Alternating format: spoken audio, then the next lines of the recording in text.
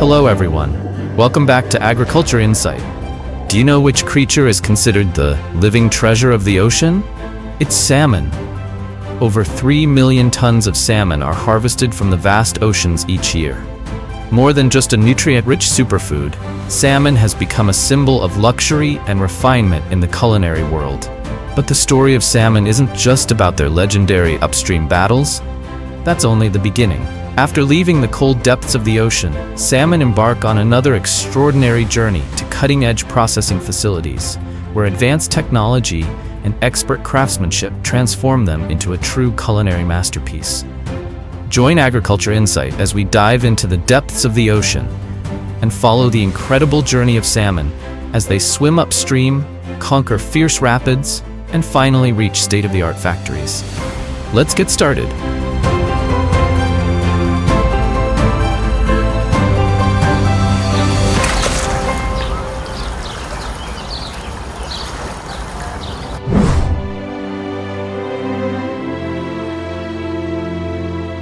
Before we head into the modern salmon processing factories, let's uncover some fascinating secrets about these ocean warriors and their remarkable journey on fishing vessels.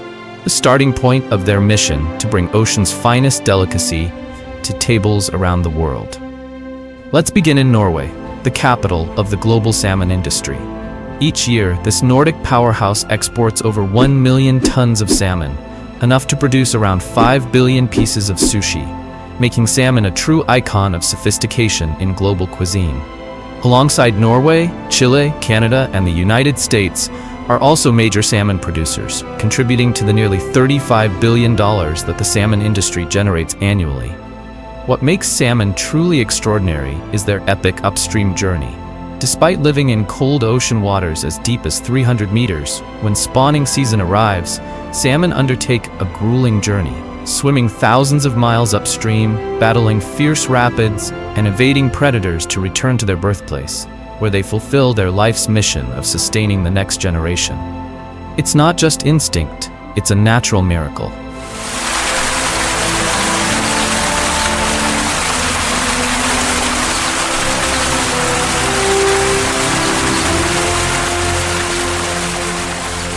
Here comes August, the harvest season.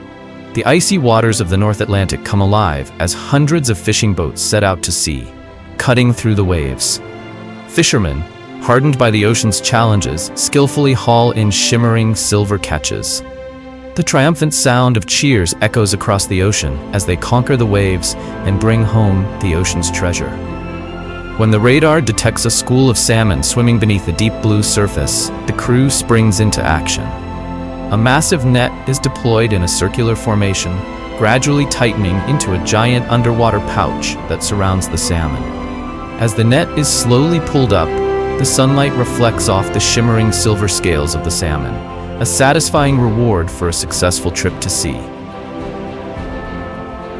As soon as the salmon are hauled onto the deck, they are immediately transferred to chilled water tanks to preserve their freshness and firm texture. The cold water helps maintain the quality of the fish before they are transported to processing plants.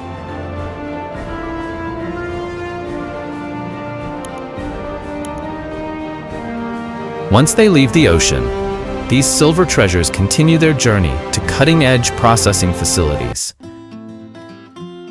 At the factory, the salmon are immediately loaded onto an automated conveyor belt, where they are neatly arranged before passing through the automatic head-cutting machine.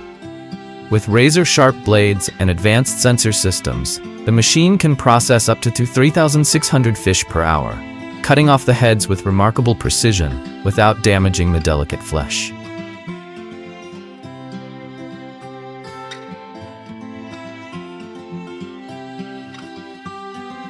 Next, the salmon are sent to the cleaning machine. High-pressure water jets, combined with soft rollers and rotating brushes, wash away all the slime, blood, and bacteria on the fish's skin, ensuring that the salmon meet the highest hygiene standards.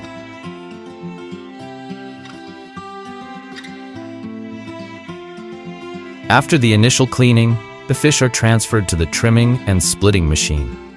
This advanced machine precisely trims the dorsal and belly fins, while simultaneously splitting the fish into two perfect halves along the backbone. The backbone and tail are removed in the same step, thanks to the machine's sharp blades and smart sensor system. With a capacity of 3,000 fish per hour, this powerhouse of a machine speeds up the processing time by tens of times compared to traditional manual methods.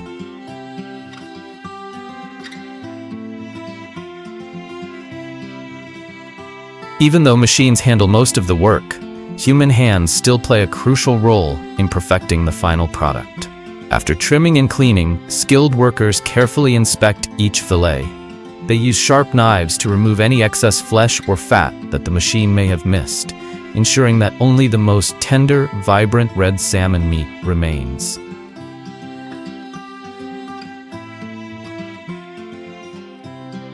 Each fillet moves to the automatic weighing and sorting system. The high-tech sensors and optical scanners detect any defects, such as bruising or imperfections in the flesh, ensuring that only top-quality fillets proceed to the next stage. The machine also sorts the fillets by size and weight, guaranteeing consistency across the final product.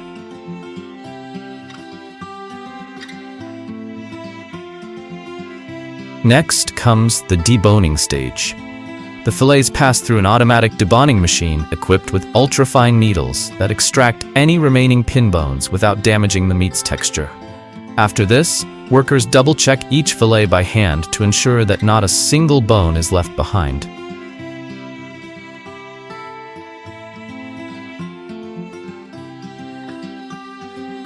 For smoked salmon, once the bones are removed, the fillets are sent to the curing stage. A mixture of salt, sugar, and herbs is evenly sprinkled over the surface of the salmon. This curing process enhances the fish's natural flavor and improves its texture. The curing time ranges from 6 to 24 hours, depending on the thickness of the fillet and the desired taste.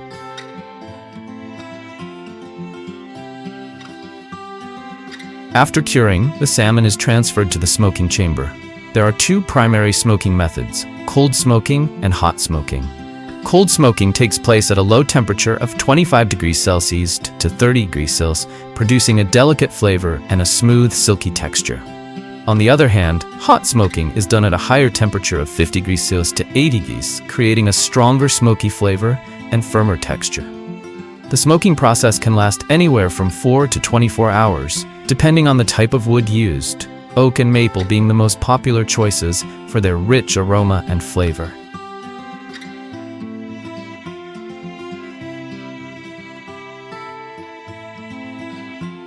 Once smoked, the salmon is cooled and then sliced. Each slice is cut with precision to ensure uniform thickness. The slices are then vacuum sealed to lock in freshness and flavor. Smoked salmon products are stored at a temperature of 0 degrees Celsius to 3 degrees Celsius to preserve their natural smoky taste until they reach the consumer's table.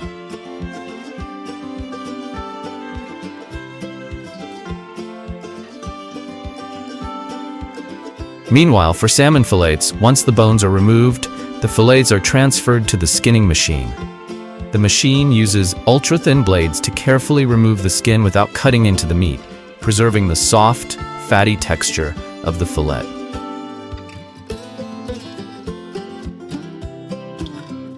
After skinning, depending on market demand, the fillets can either be packed whole or cut into smaller portions.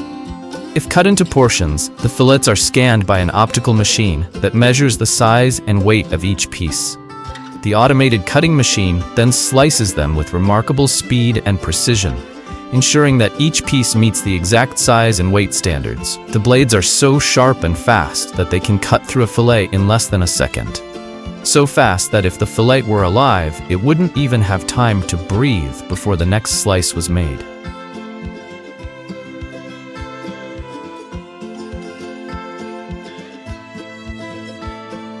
The fillets are then vacuum packed, ready for export or distribution to supermarkets and restaurants. Salmon fillets are typically stored at a temperature of -1 degrees Celsius to 4 degrees Celsius in cold storage facilities to maintain their freshness and quality.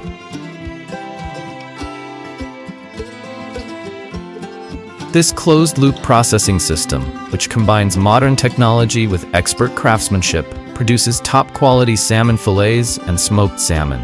From cool, refreshing sashimi slices to buttery pan-seared fillets and rich, smoky salmon, each product is the result of a carefully designed and professional production process. So, which one do you prefer? Smoked salmon or fresh fillets? Don't hesitate to leave a comment and share your thoughts with us. But hey, have you ever wondered about the extraordinary journey of a salmon from the ocean to your plate? Trust me, you'll be amazed by the incredible process that makes it all possible. When the spawning season arrives, salmon leave the ocean and swim hundreds of miles upstream, battling rapids, waterfalls, and predators to reach the gravel-filled riverbeds where they dig nests, lay eggs, and fertilize them. Once their mission is complete, the salmon are usually exhausted and die, providing nutrients that enrich the ecosystem. To protect salmon populations and improve survival rates, fish farms have built artificial dams and fish ladders to guide salmon upstream, monitor their health, and support the spawning process. Healthy salmon are selected and transferred to large holding tanks, where the environment is carefully simulated to maximize spawning success. At salmon hatcheries, before collecting the eggs, the salmon are calmed by placing them in tanks with dissolved CO2 or mild anesthetics to reduce stress. The male and female salmon are then separated to begin the fertilization process. Female salmon are placed on a specialized table where technicians make a small incision in the belly to carefully extract the plump, bright orange eggs. At the same time, sperm from the male salmon is also carefully collected. The eggs and sperm are then mixed together in clean, blood-free water. Fertilization happens quickly, and the fertilized eggs are placed into specialized incubation trays with a gentle flow of water and a stable temperature of around 10 to 12 degrees Celsius. After about 2 weeks, the eyes of the developing salmon begin to form inside the eggs. Between 45 and 60 days later, the baby salmon break through the eggshell, entering the sac fry stage, where they rely on their yolk sac for nutrition. Once the yolk sac is absorbed, the young salmon enter the fry stage, where they begin to swim and feed on their own.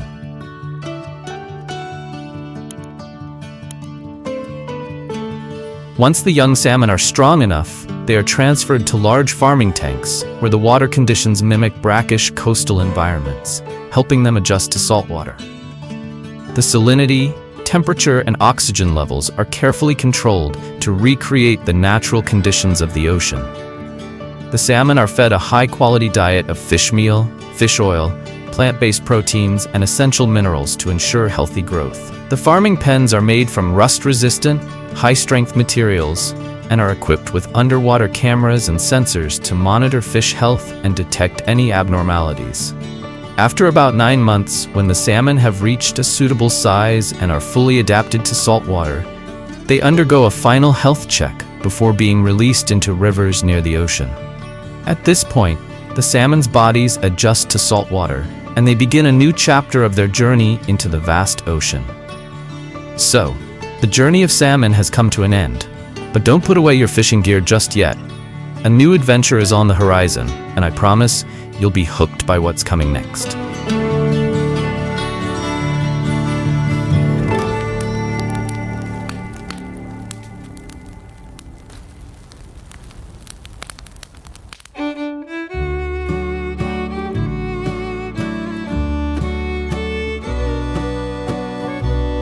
Lobsters are the warriors of the sea, known for their unique ability to move backward. They wear a tough shell and boast powerful claws. Typically, lobsters range from 8 to 24 inches in length, and it usually takes them about 5 to 7 years to grow to a legal harvestable size, depending on factors like water temperature, nutrition, and living conditions. With a hefty price of about $11.50 per pound, lobsters contribute to an industry worth over $1 billion in the US each year. But why are lobsters so expensive?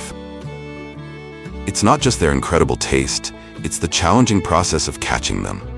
Fishermen brave harsh ocean conditions, rely on specialized techniques, and need a great deal of patience to harvest these prized crustaceans. As the first rays of summer sunshine hit the waters, Maine fishermen gear up for their hunt for the treasures of the sea, lobsters. This is prime lobster season, when these crustaceans are most active, making it the perfect time to drop traps and begin a grueling but rewarding journey.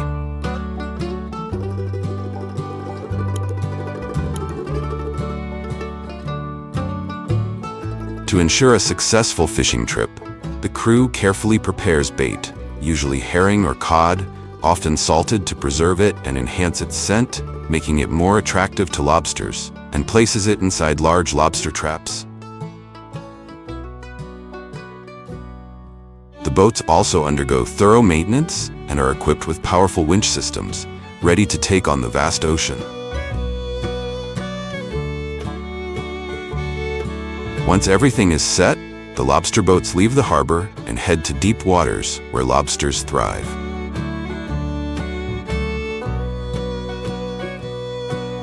When they reach the fishing grounds, the crew lowers specially designed traps that attract lobsters. These traps, typically made of netting or other sturdy materials, are built in a way that allows lobsters to crawl in but makes it difficult for them to escape. They are placed at depths ranging from 30 to 50 feet, depending on the seabed's terrain and the lobster's behavior. After setting the traps, the crew marks their locations with floating buoys, making them easy to retrieve later. Depending on the size of the vessel and the efficiency of the crew, they can set up to 200 traps or more in a single day, ensuring a productive haul when the traps are retrieved.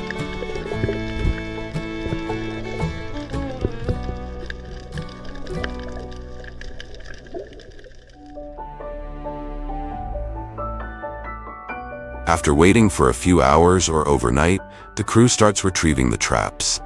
This process requires coordination and skill, especially when the sea is rough. The traps are pulled up either manually or using a mechanical winch, depending on the boat's equipment.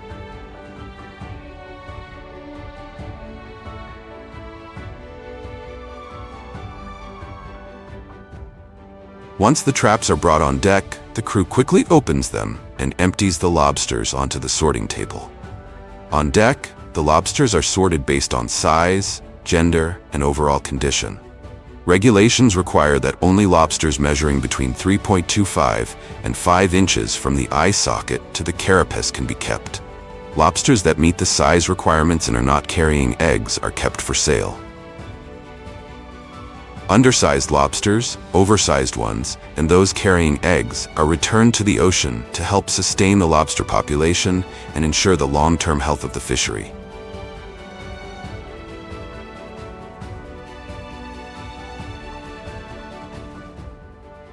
After sorting, the lobsters are placed in special containers filled with clean seawater and equipped with an aeration system to keep them alive.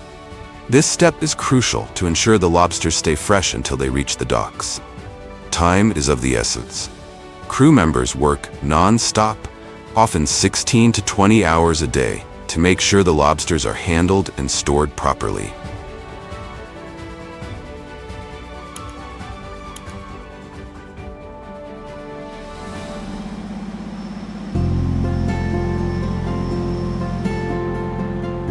Besides using traps to catch lobsters, some American fishermen actually dive into the ocean to harvest them for high-end dining experiences. This method is typically used in shallow waters where lobsters hide in rocky crevices or coral reefs. Before diving, fishermen need to gear up with the right equipment, including a wetsuit, mask, snorkel, fins, and an air tank. They also wear protective gloves to avoid injuries while catching lobsters and carry a mesh bag or basket to store their catch. Fishermen dive to the right depth, usually between 10 and 30 feet, where lobsters are commonly found. They search for lobsters hiding in rocky crevices or small caves. When they spot one, they approach slowly and carefully to avoid scaring it away. Using either their hands or a specialized tool, they firmly grasp the lobster's body or claws and place it into their mesh bag.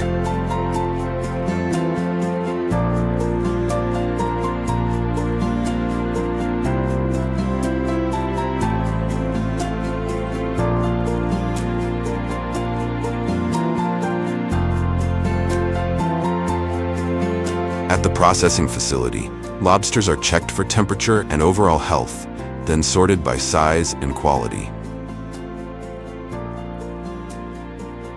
Those that meet the standards are placed in containers and transferred to large tanks equipped with aeration and a circulating seawater system. This setup provides oxygen, maintains proper salinity levels, and keeps the temperature stable, creating an ideal environment for the lobsters before processing or shipping. Technicians regularly take water samples from the tanks to check key indicators like pH levels, salinity, temperature, and dissolved oxygen. These tests ensure that the water conditions remain optimal for the lobster's health.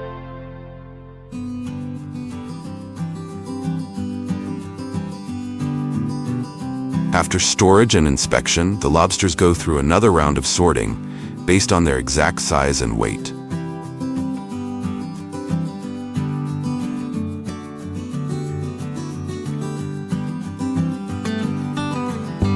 The ones that meet the standards are packed live in insulated cartons with foam lining.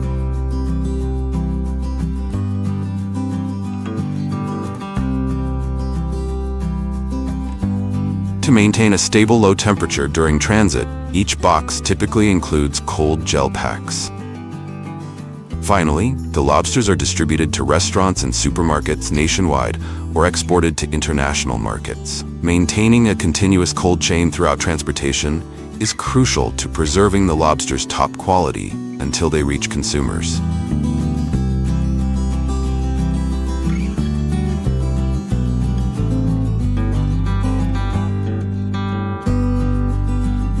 At the frozen lobster body processing plant, the first step is receiving live, fresh lobsters, which are then stored in a cold room at around 32 gravures to maintain their freshness before processing. Next, the lobsters go through a high-pressure processing (HPP) system, which separates the meat from the shell efficiently without using heat. This method helps preserve the natural flavor and nutritional value of the lobster. The process typically takes around 3 to 5 minutes, depending on the size of the lobster. Once the HPP process is complete, the lobsters are divided into separate parts: body, claws, and head. Each part goes through its own processing steps to ensure top quality.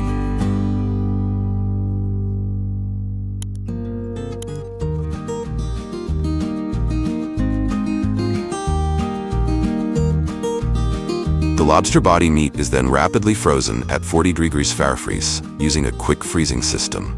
This ensures the meat reaches the necessary freezing point, preventing bacterial growth and locking in its fresh taste. After that, the frozen lobster bodies move along a conveyor belt to the automatic sorting area. Here, they are sorted by size and weight to ensure consistency across each batch. Once sorted, the lobster bodies are packed directly into specialized cardboard boxes designed to protect the product during shipping and storage.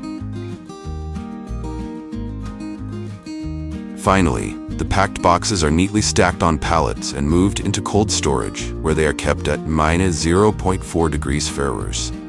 This ensures the lobster bodies maintain their highest quality until they reach consumers, meeting the strict standards of the export market.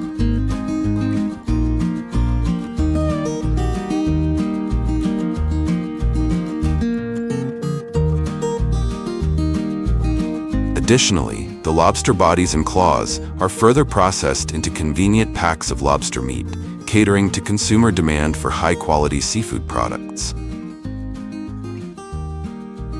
Additionally, the lobster bodies and claws continue to be processed into convenient packs of lobster meat to meet the growing consumer demand. At this stage, the meat can be extracted either raw or after being cooked. For the raw lobster meat extraction process, the lobster first undergoes a gentle heat treatment to facilitate the separation of the meat from the shell. The tails and claws are then carefully removed to preserve the meat's structure, preventing damage and ensuring premium quality, fresh lobster meat. On average, a trained worker can extract meat from 100 to 150 lobsters per hour using specialized tools.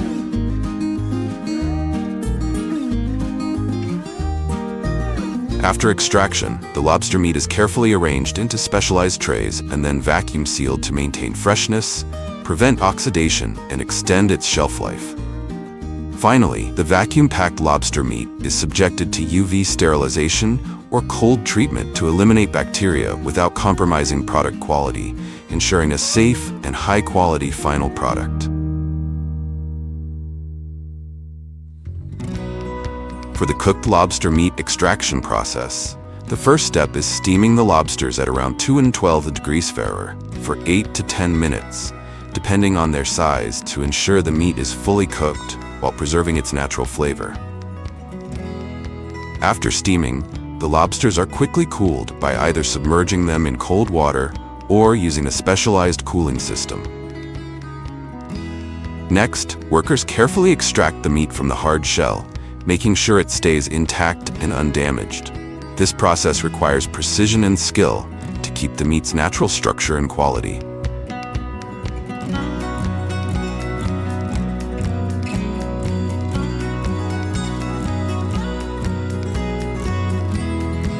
Once removed, the lobster meat is placed in specialized plastic bags and vacuum sealed to eliminate any air inside. Vacuum sealing helps prevent oxidation, slow bacterial growth, and keep the lobster fresh and flavorful for a longer period.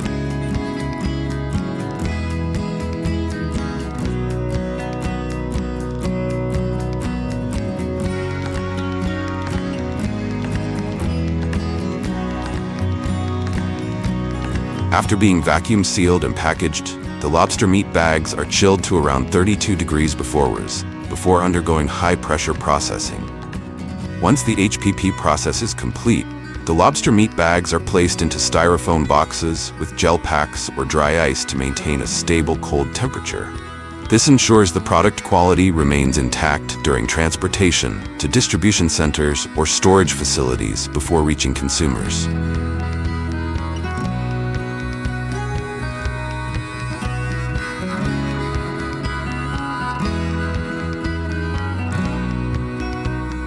But that's not the end of the story. Lobster heads are also put to good use in producing high-quality lobster soup. After being thoroughly cleaned, the lobster heads are cooked to enhance their flavor. Then finely ground to extract a rich, nutrient-packed broth with the distinctive taste of fresh seafood. The final lobster soup is packaged in sterilized bags or bottles and stored at cold temperatures to maintain its freshness and ensure food safety.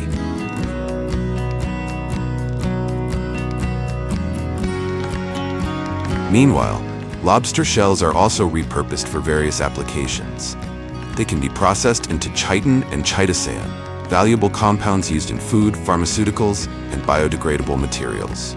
Additionally, the shells can be ground into powder for use as an animal feed supplement or incorporated into organic fertilizers to enrich the soil with essential nutrients.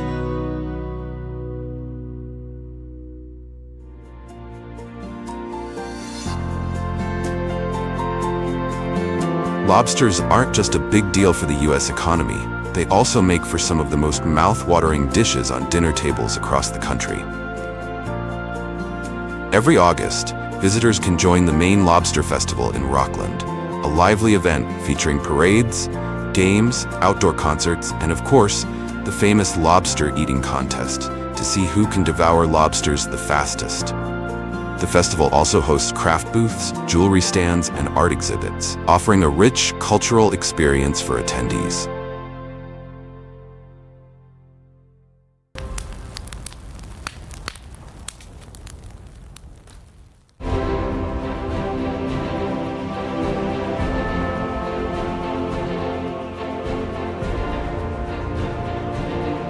With legs stretching up to 6 feet and an average weight of 9 to 11 pounds, some even reaching a massive 26 pounds, king crabs truly live up to their royal name.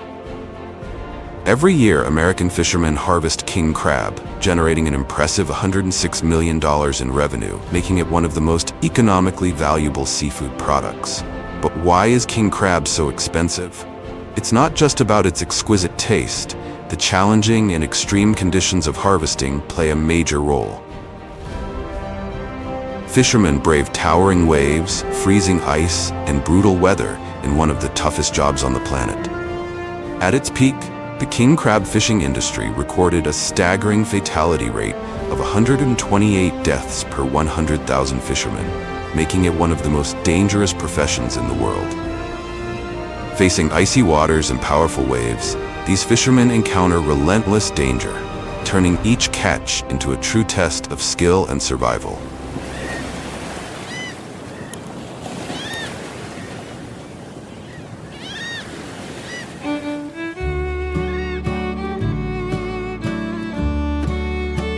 As winter blankets Alaska, even the raging waves cannot deter the brave fishermen on their quest to capture the king of the ocean.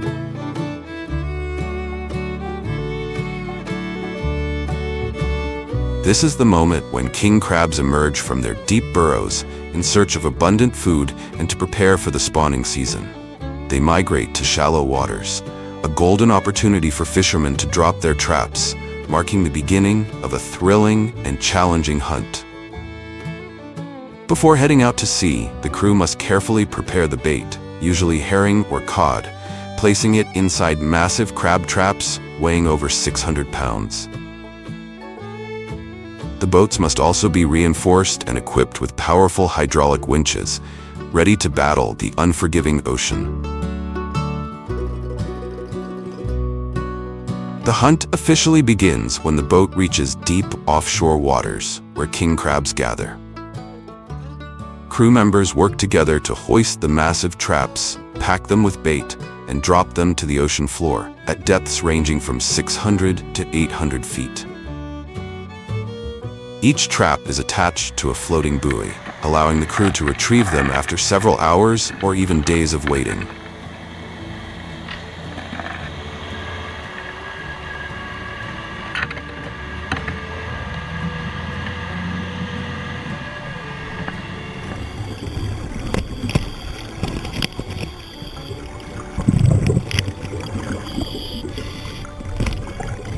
The results are always unpredictable. Sometimes, a single night is enough for the traps to be filled to the brim with king crabs. But other times, they come up empty, forcing the fishermen to move elsewhere and try their luck again. Empty! No crab!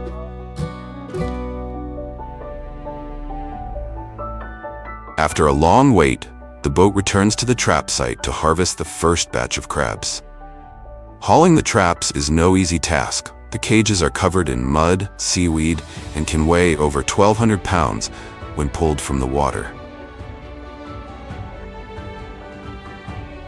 A hydraulic winch system is used to lift the traps onto the deck, but that's when the real work begins for the crew.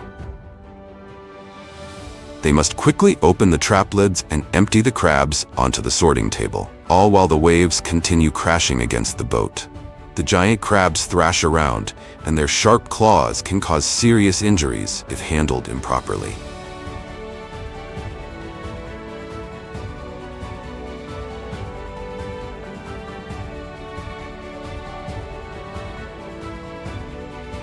Not every crab meets the standards for processing.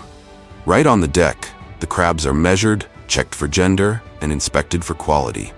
Only mature male crabs with a minimum shell size of 6.5 inches are kept.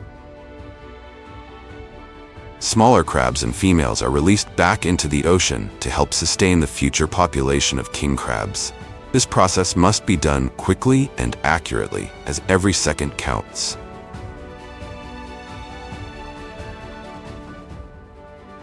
The boat is constantly rocked by powerful waves, and the risk of accidents is always present. With freezing temperatures, icy seawater, and relentless waves, the crew must work 16 to 20 hours a day, with little to no time for rest. Every task must be done efficiently and precisely, because if the crabs are not handled correctly, they can die on board, leading to huge losses. Once sorting is complete, the live crabs are transferred to seawater tanks on the boat to keep them fresh until they reach the port. After days drifting on the open sea, the final batches of live king crabs are finally brought ashore, where processing plants are ready to receive them. Each trip can haul in tons of crabs, earning fishermen tens of thousands of dollars. But there are times when they return with empty pots, losing just as much on operational costs. That's the gamble of the fishing industry, where people risk everything against nature to make a living.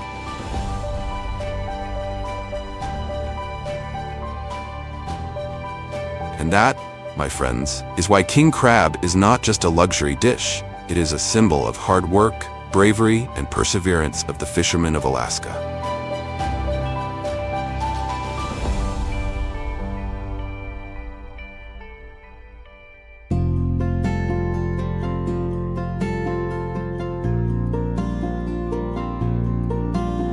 As soon as the boats dock, the crabs are swiftly transported to the processing plant, where they are placed directly into seawater tanks to maintain their freshness. Workers conduct a final sorting round, carefully checking size, weight, and overall quality. This strict selection process ensures that only the highest quality king crabs make it through, preserving their exceptional taste before moving on to the next processing stages.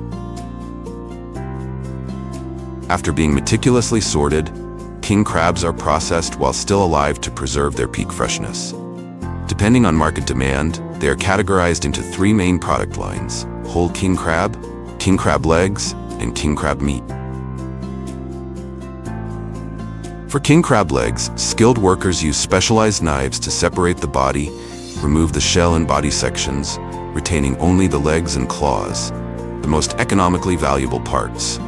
Even a minor mistake during the cutting process can damage the delicate crab meat, compromising its quality and causing significant waste.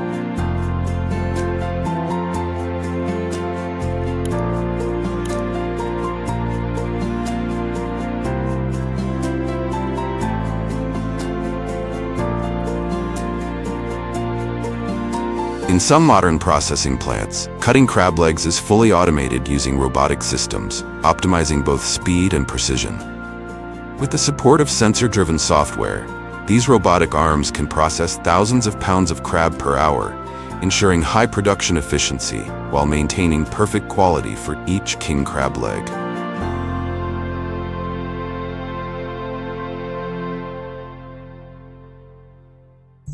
Once cleaned, the crab legs are transferred into a steam or boiling water cooking system, where the temperature is carefully controlled at 200 degrees Fahrenheit for 12 to 15 minutes. This step is crucial in evenly cooking the crab meat, preserving its natural sweetness and tender texture. Immediately after cooking, the crab legs are transferred to a cold water tank maintained at 33 degrees Fahrenheit, stopping the cooking process and rapidly reducing the temperature to a safe level before freezing. After pre-chilling, the crab legs are submerged in a super cold brine solution at -2 degrees Fahrenheit, 2 degrees Fahrenheit, rapidly freezing them while preserving their plump and tender texture. Next, the crab legs are dipped into a cold water bath to create a protective layer called glaze. This coating helps prevent direct exposure to air, reducing moisture loss and preserving the crab's natural freshness. The glaze typically accounts for 5 to 7% of the total weight, playing a crucial role in maintaining the vibrant color and high quality of the product throughout the freezing process. Finally, the king crab legs are vacuum sealed and carefully packed into insulated cartons, each weighing 20 pounds for optimal preservation and easy transportation. These boxes are then stored in cold storage at +20 degrees Fahrenheit, keeping the crab's freshness intact for up to 2 years. From here, they are shipped to luxury restaurants, supermarkets, and retail stores worldwide, ready to deliver an exquisite seafood experience straight from the ocean.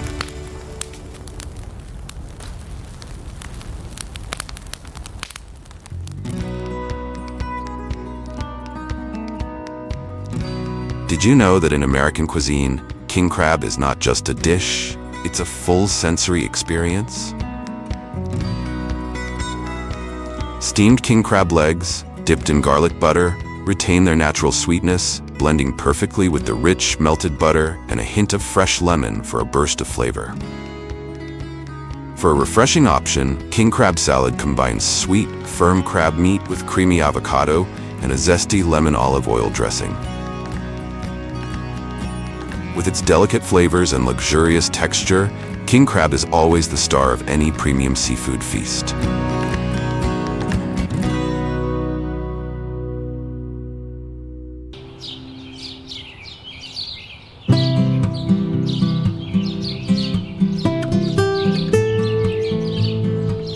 Prickly pear fruits, also known as cactus pears or tunas, are unique and vibrant fruits that grow on the pads of the Opuntia cactus. These fruits come in a variety of colors, including green, yellow, orange, and deep red, depending on the species and ripeness. They have a sweet, juicy interior, filled with tiny edible seeds, and are surrounded by a thick, spiny skin. Originating from arid regions in the Americas, prickly pears thrive in warm, dry climates, with plenty of sunshine. They are well suited to desert environments and are often found in states like California, Arizona, and Texas. The cactus blooms in spring, and the fruits are typically ready for harvest in late summer to early fall. This seasonal rhythm ensures that the fruits reach peak flavor and nutritional value before being picked.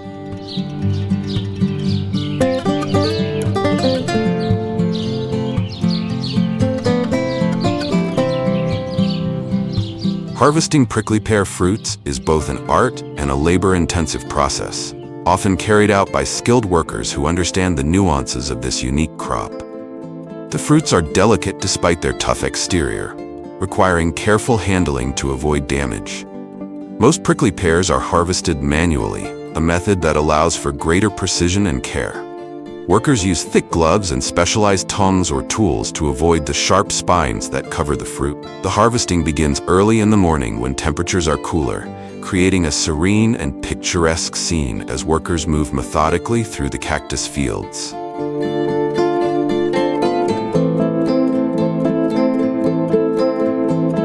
The process involves several steps.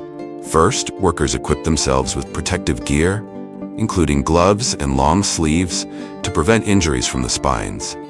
Tools such as pliers or small knives are used to detach the fruit from the cactus pad. Each fruit is carefully twisted or cut from the cactus pad to avoid damaging the plant, which could affect future harvests. Only fully ripe fruits are selected, identified by their vibrant color and slight softness. As the fruits are picked, they are often brushed or wiped to remove loose spines, reducing the risk of injury during transport. Harvested fruits are gently placed in padded containers to prevent bruising and then transported to collection centers or factories for processing.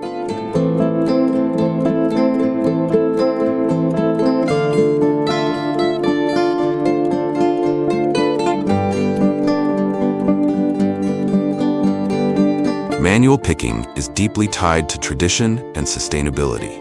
While modern machinery exists for harvesting prickly pears, manual picking remains the preferred method for many farmers. This approach ensures high-quality fruit, preserves the plant's health, and provides employment for local communities. The sight of workers moving through rows of cacti with baskets full of colorful fruit embodies a blend of tradition and hard work, connecting people to the land. This method also allows farmers to ensure that only the best fruits are selected, reflecting the dedication and skill of those involved.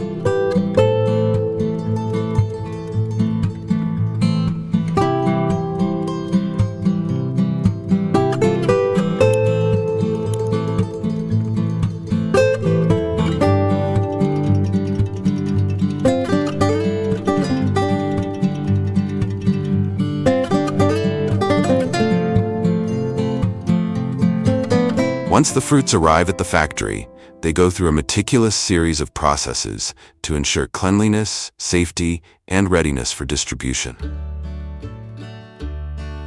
Fruits are thoroughly washed using gentle sprays of water to remove dirt, dust, and any remaining spines.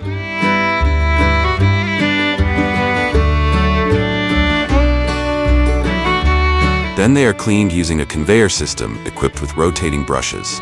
These brushes gently remove dirt, dust, and any remaining spines from the fruit's surface, ensuring a smooth and safe exterior. This dry cleaning method not only conserves water but also reduces the risk of excess moisture, affecting the quality of the fruits during storage and transport. After cleaning, workers or automated systems sort the fruits based on size, color, and quality. Only the most visually appealing and high-quality fruits are chosen for fresh consumption or premium product lines. Sorting ensures that consumers receive the best possible produce, while lower-grade fruits are redirected for processing into other products. Once sorted, the fruits are carefully packed into boxes or trays designed to protect them during transportation. These containers are built to minimize bruising and maintain the fruit's freshness as they make their way to grocery stores or markets.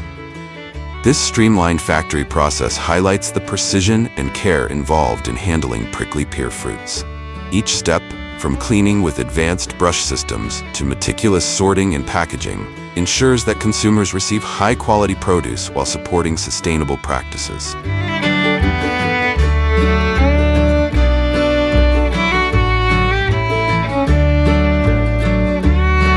Prickly pears are incredibly versatile and can be transformed into a variety of products.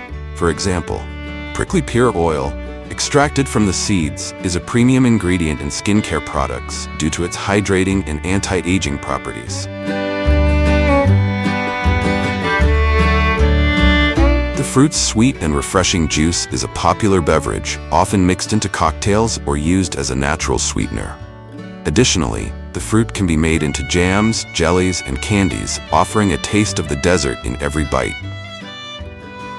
Prickly pear fruits have a unique taste, often described as a blend of watermelon and pear with subtle citrus notes. Their sweetness and refreshing quality make them a favorite for consumers seeking a natural treat. These products highlight the adaptability of the fruit and its ability to cater to a variety of consumer preferences and markets.